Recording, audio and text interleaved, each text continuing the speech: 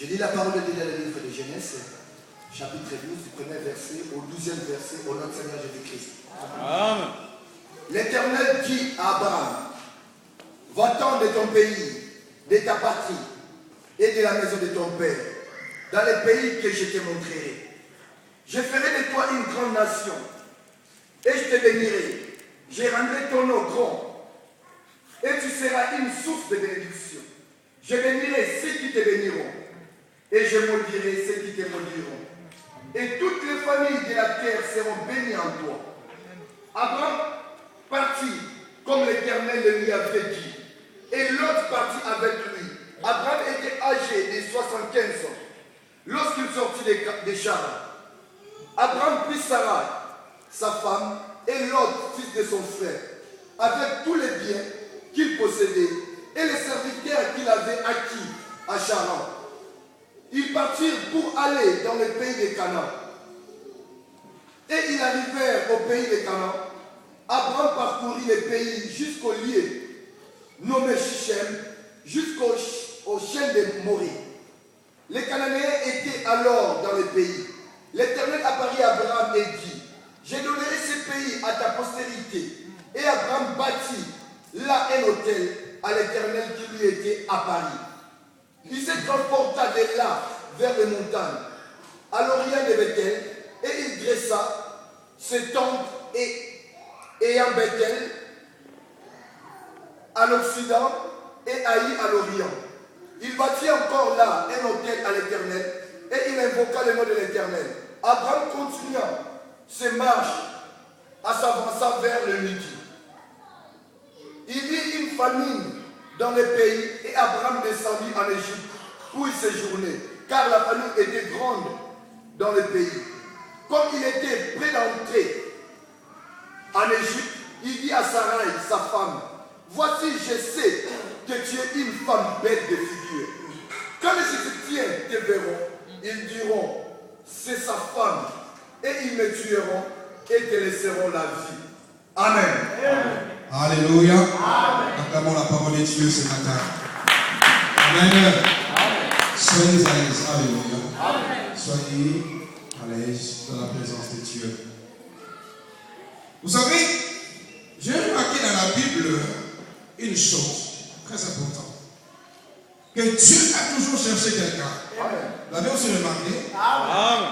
Et tu as remarqué, lève la main. Amen. Non, je veux que tu lèves la main si tu as remarqué dans la Bible, Dieu cherche toujours quelqu'un. Alléluia. Amen. J'ai compris des choses.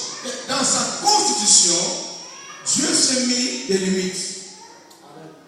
Parce que Dieu s'est mis des limites. Écoutez-moi ce matin. Je veux que tu écoutes attentivement.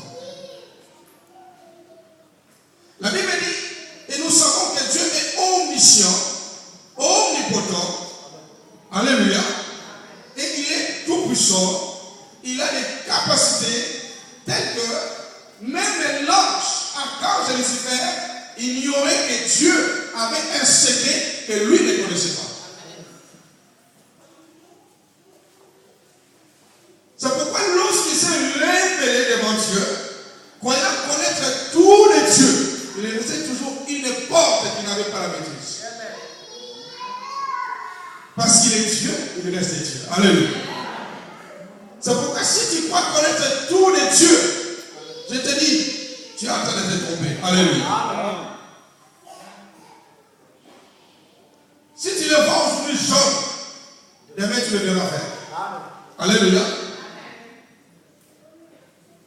C'est pourquoi quand tu marches avec les dieux, il est important de chercher à les connaître. Dieu dit, si quelqu'un doit se glorifier, il se glorifie de me connaître. Dieu cherche toujours quelqu'un à aimer. Parce que Dieu veut agir pour les hommes. Mais la main de Dieu en faveur des hommes n'est pas qu'au travers des hommes. Alléluia. C'est pourquoi lui, qui a créé les cieux et la terre, il est venu vers Abraham pour faire d'Abraham un allié. Alléluia. Voilà, pour faire d'Abraham quelqu'un sur qui il peut compter pour faire que son plan puisse arriver pour la bénédiction de l'humanité. Gloire à Dieu. Amen. Amen. Donc, je venais déjà te dire, comprends, il y a des situations telles que, vous savez, beaucoup de gens se posent la question, mais Dieu n'existait pas. Vous voyez, seulement avec les incrédules, vous allez voir. Mais si Dieu existait, pourquoi il y aurait toutes ces situations, toutes ces calamités? Imaginez-vous qu'il y ait une catastrophe naturelle, que quelqu'un a perdu tout. Ça veut me parler des gens. Parce que Job avait une connaissance de Dieu, mais pas tout. Alléluia. Vous allez vous rendre compte, il connaissait Dieu qui donnait. Alléluia. Mais lorsque tout s'est basculé dans sa vie, à la fin des comptes, Dieu dit, Job se posait la question, mais ce qui m'arrive, si ce n'est pas Dieu, c'est qui? Alléluia. Il connaissait Dieu, mais il ne connaissait pas l'existence d'abord de Satan. Alléluia. Jusqu'à ce que Jésus vienne pour révéler la personne de Lucifer et de sa royauté. À la fin de ce récit de Job, vous allez voir que Job dit, je croyais connaître Dieu.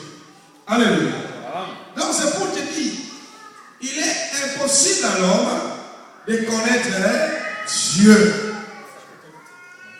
dans sa totale potentialité de l'action. C'est pourquoi même lorsque ta situation est vraiment anéantie, tu as prié des bienfaits de Dieu dans d'autres domaines de ta vie. Sache-le que après avoir prié, après avoir fait tout ce que tu as fait, tu as cru réellement que tu as prié Dieu, mais tu n'as pas encore commencé à prier. Un jour, j'étais sur la montagne, je suis descendu, alors que immédiatement parlant, je me dis, vraiment, je viens de criser. Alléluia. Dès que je descends, j'entends le Saint-Esprit me dit, crée encore. Waouh! Je commence à dire aux gens à mes côtés, je dis, mais qu'est-ce que cela signifie que je crée encore? Je venais de sortir la peine d'un jeûne de 14 jours, quelque chose comme ça, et je vais plonger tellement dans la prière, mais j'entends la voix qui me dit, plonge encore. Waouh! Comme Dieu peut te demander quelque part de plus. Alléluia. Toi, tu te dis, je suis fatigué. J'ai fait. J'ai prié. Mais tu as bien fait de prier. Tu as avancé. Alléluia. Mais c'est Dieu sait combien de pas il te reste à faire. Alléluia. Amen. Pour atteindre le but que tu poursuis. Dieu a toujours cherché quelqu'un, cher ami. Et il est sûr, c'est qu'il peut compter. Quelqu'un sur qui il peut venir et déposer une onction spéciale afin de faire des choses. Il y a des situations, je vais te dire, maman, si tu ne pries pas, tu ne verras rien. Je te dis ouvertement. Il y a des situations, si tu ne cherches pas Dieu, tu ne verras rien.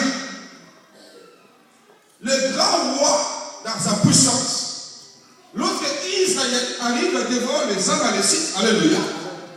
Ah, j'aimerais bien faire cette scène-là, m'imaginer Dieu dans sa gloire, assis sur le trône. Alléluia.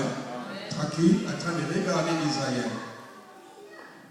La Bible dit, tant que Moïse levait les mains, Israël gagnait la bataille sur le terrain. On est d'accord? Amen. Et quand Moïse, après avoir levé les mains, étant humain, il s'est un peu fatigué. Alléluia. S'étant fatigué, les Amalécites ont pris les dessus sur Israël. Mais moi, je me suis posé la question. Mais pourquoi Dieu, qui est aussi grand, glorieux, n'a pas épargné le peuple d'Israël de perdre du temps sur la route? Alléluia. Amen.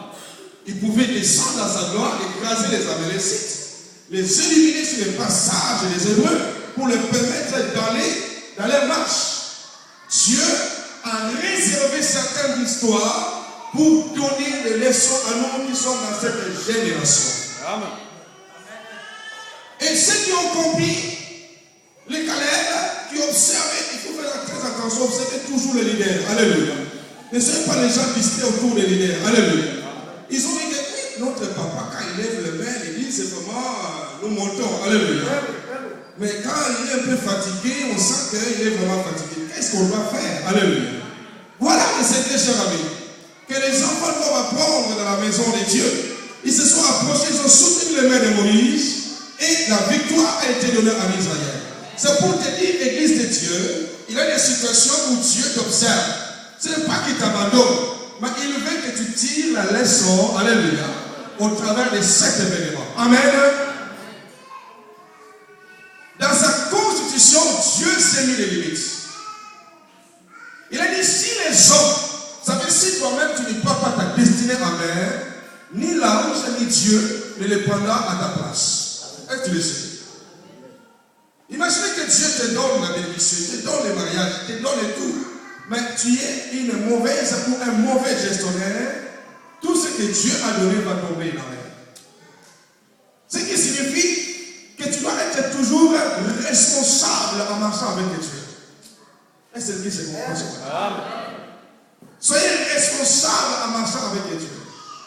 Dans Genèse 17, verset 1er, quand même Dieu a donné des alliances, des promesses à Abraham, que nous venons de lire, il a dit une parole que moi, quand je pense à ça, ça me fait trembler toujours. Il a dit, Abraham, marche à ma présence. Amen. Alléluia. Amen. Marche à ma présence.